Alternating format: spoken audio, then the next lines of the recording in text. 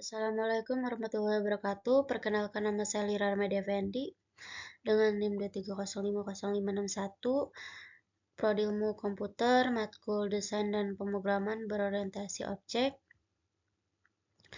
Di sini saya akan mempresentasikan tugas use case. Next. Apa itu use case? Use case merupakan satu dari jenis diagram Unified Modeling Language atau UML yang digunakan untuk menggambarkan interaksi atau hubungan antara sistem dan pelakunya. Pelakunya bisa berbentuk perangkat maupun manusia. Secara umum, bisa diartikan bahwa pengertian dari use case diagram adalah sebuah teknik yang digunakan untuk memperlihatkan hubungan antara sistem dan pengguna sistem tersebut. Hal ini menghasilkan sebuah skema sederhana yang ditampilkan untuk mempermudah pembaca dan memahami maksud dari info yang disampaikan. Lanjut. Nah, ini fungsi use case diagram.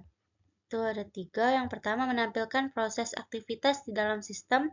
Fungsi yang pertama adalah berperan memperlihatkan tahapan awal dari setiap kegiatan atau proses pada sebuah sistem yang tengah dikembangkan. Dengan begitu akan lebih memudahkan pengembangan saat menentukan keperluan apa saja yang dibutuhkan dan sesuai dengan pengguna dan perangkat lunak.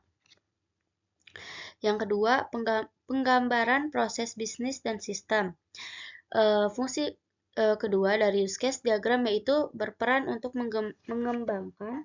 menggambarkan urutan langkah bisnis dengan lebih detail dan jelas. Dengan begitu penjelasannya lebih transparan dan mudah dimengerti, sehingga mencegah adanya kesalahpahaman di dalam sistem yang sedang dibangun dan dikembangkan. Yang ketiga, jembatan dari developer dan pelanggan. Fungsi terakhir adalah sebagai jembatan penghubung bagi developer dan konsumen untuk memberikan kejelasan suatu sistem yang sedang dikembangkan. Next. Manfaat use case diagram. Yang pertama, untuk mendapat verifikasi yang dibutuhkan. 2. Memberikan gambaran akan antarmuka suatu sistem ini karena tipe sistem yang dibuat untuk memiliki interface yang memudahkan pelanggan untuk memahami. Melakukan identifikasi terhadap orang yang berinteraksi dengan sistem, lalu mencari tahu apa yang bisa dilakukan oleh sistem tersebut. Yang keempat, memberi kepastian terkait kebutuhan sistem. Yang kelima, mempermudah jalannya komunikasi antara pengguna dan domain expert. Next. Ini simbol pada use case diagram. Ini bisa dilihat. Next. Komponen use case diagram. Yang pertama, sistem. Komponen tersebut menyatakan batasan pada sistem dengan aktor yang memakainya. Sistem di sini mendapatkan label-label yang sesuai, akan tetapi secara umum sistem tidak digambarkan, sebab kita tidak akan banyak memberikan makna dalam sebuah desain diagram. Yang kedua, aktor. Aktor tidak termasuk dalam bagian diagram, namun ia memiliki peran yang amat penting, yaitu membuat use case jadi lebih mudah untuk dipahami. Aktor berfungsi untuk menjelaskan siapakah orang yang berinteraksi dengan sistem.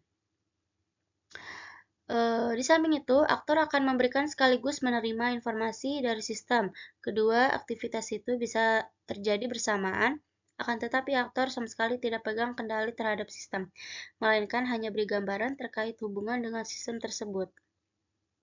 Terus use case, yang terakhir, komponen terakhir adalah use case yang menjadi gambaran fungsional dalam sistem. Dengan begitu, konsumen atau pengguna akan bisa mengetahui tiap fungsi yang dibuat di dalam sistem tersebut.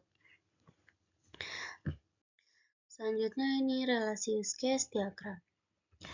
Yang pertama, association. Association merupakan teknik yang dipakai untuk proses identifikasi interaksi yang dijalankan oleh aktor tertentu, juga dengan use case tertentu. Penggambarannya menggunakan garis yang menghubungkan antara use case dengan aktor. Generalisasi merupakan berhubungan antara dua aktor maupun dua use case dalam hubungan tersebut. salah satunya akan inherit dan override atau menambahkan sifat dari lain. Dependensi merupakan sebuah relasi yang dibagi menjadi dua jenis antara lain include dan exclude. Include memiliki fungsi untuk melakukan identifikasi relasi atau hubungan antara dua use case. Di sini use case 1 akan memanggil use case lainnya, sedangkan exclude adalah jenis yang apabila dilakukan pemanggilan membutuhkan sebuah kondisi khusus dengan terjadi dependensi. Next, membuat use case diagram. 1. Identifikasi siapa saja yang akan memakainya. Yang kedua, pilih alat bantuan untuk penerapannya. Ketiga, menentukan apa saja yang dilakukan oleh pengguna.